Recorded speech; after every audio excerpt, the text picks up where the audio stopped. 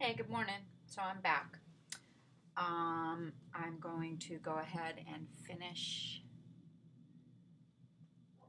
the bird. I'm going to finish the outline with stem stitch and DMC 420. So hang on.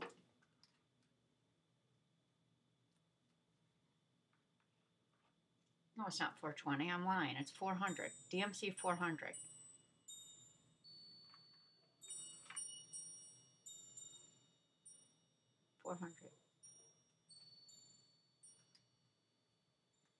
All 6 strands. About 20 inches. Give or take.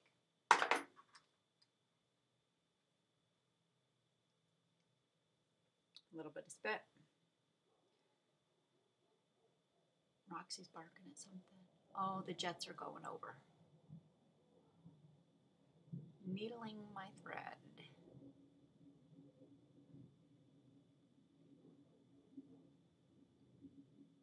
Spit knot down to the end.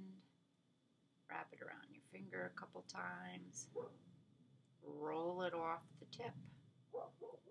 Pinch, pull. Spit knot. Yeah, it's huge. It's alright. It's on the back. Nobody's gonna see it anyway. You gotta turn my work over. You may be surprised. Alright, so I am going right back in where I left off. Of course, my work is upside down. I am not left-handed. I'm videotaping this on my Mac, which is on my desktop. So this is actually my right hand. This is not my left hand. This is my left hand. So now I just turned the volume up. Now you can hear me. Sorry, I forgot. I was saying this is my right.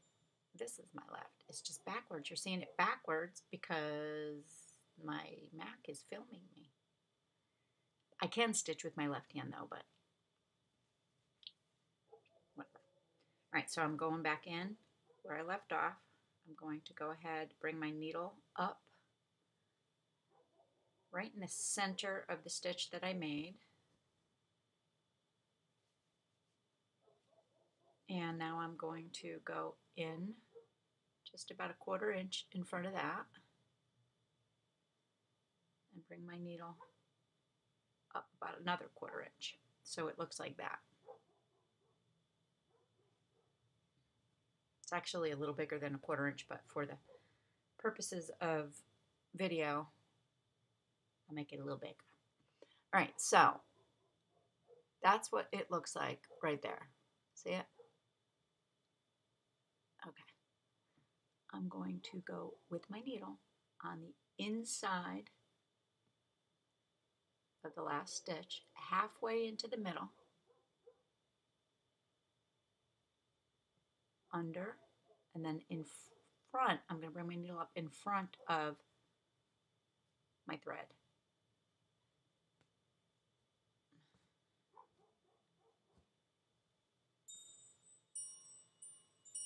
Okay. So let me do a couple. Those are my wind chimes that you hear. People have commented on my, what is that chiming noise in the background? Some it's driving you crazy, others it's peaceful. It's peaceful to me. Sometimes I hear it, sometimes I don't. It doesn't bother me. They're solar wind chimes and I love them. If I can remember where I got them, I'll let you know.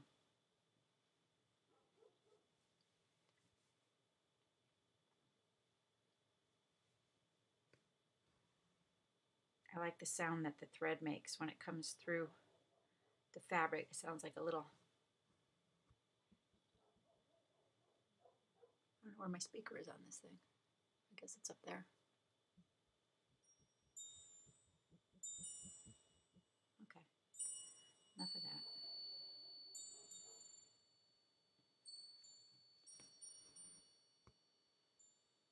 See, I'm just going.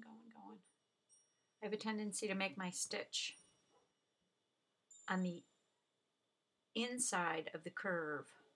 Like, all right, so I'm curving this way, right? And I bring my stitch on the inside so that it curves nicely. when I get up closer to his tail, up here, and my curve goes the other way, I'll switch going from the inside to the outside, and then it'll curve nicely that way.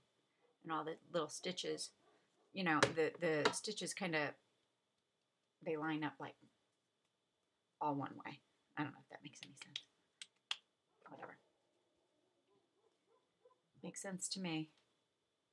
God, I hope it makes sense to you.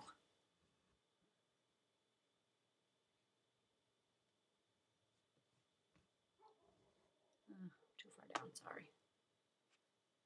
There you go. Good. Good. Roxy's mad at somebody out there.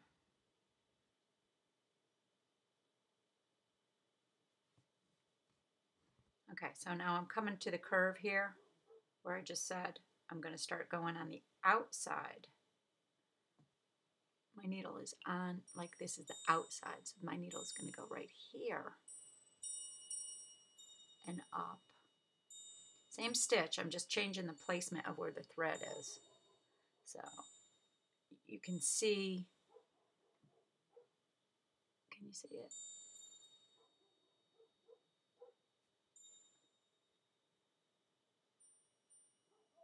Outside of the stitch and out.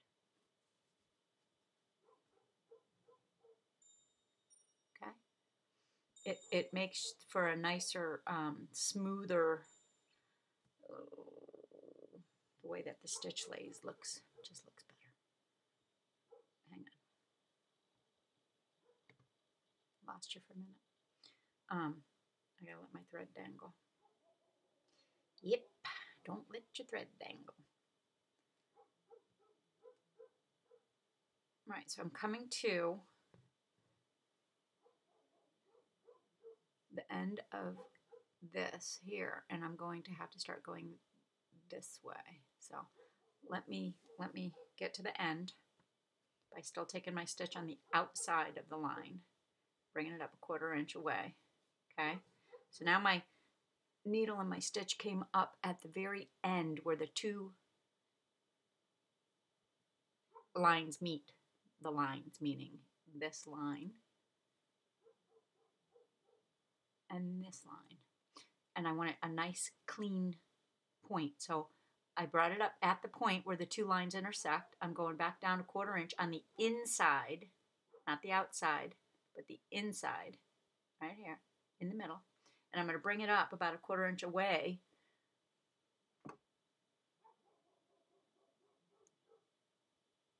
on the line of the stitch where it's going to be stitched next. And I'm going to go right back down into the hole on that corner.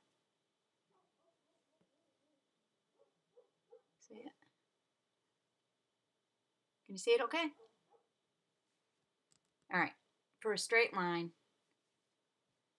you're just going to go ahead and however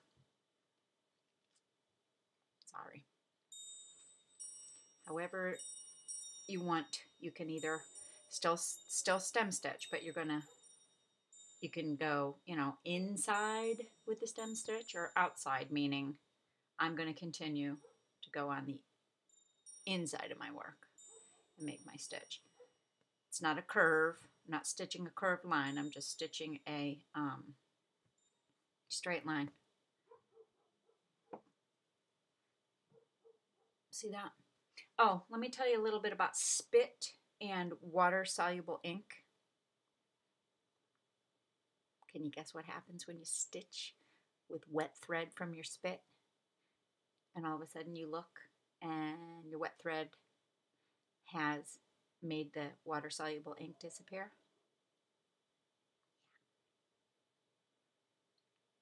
So, the hazards of spit stitching. Okay, that's too tight. See, I don't want that. See how tight I pulled that? See the pucker? No. If you pucker it, go in and just loosen that up. Can't be Mrs. McAnal when you're stitching. You have to be Mrs. Lucy Stitch. Lucy Stitch. Okay. All right, I'm going to come to the end. Excuse me. Because I'm at the end of my thread. I'm going to come to the very end. Bring it up at the very point of where the two lines intersect.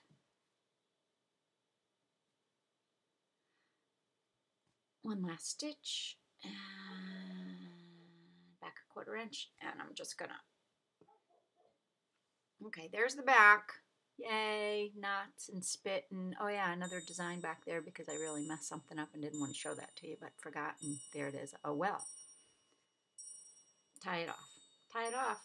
I don't know what I'm doing. I'm just sticking it in underneath and taking my needle off.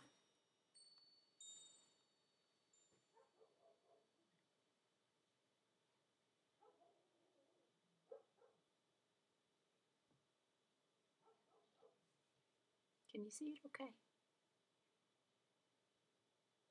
All right, that's it. I'm going to finish the outline. I'm going to start on the outline of the wing. I have a frog in my throat this morning, sorry. Me. And then I'll show you, I'll go on to do a couple specialty stitches, nothing crazy, because I don't get, you know, if it ain't simple, I ain't doing it. Satin stitch to fill, chain stitch to fill, French knots, just because. And maybe a feather stitch or two, since it's a bird. Would be appropriate, don't you think? All right. Thanks, guys. Come back again and see me.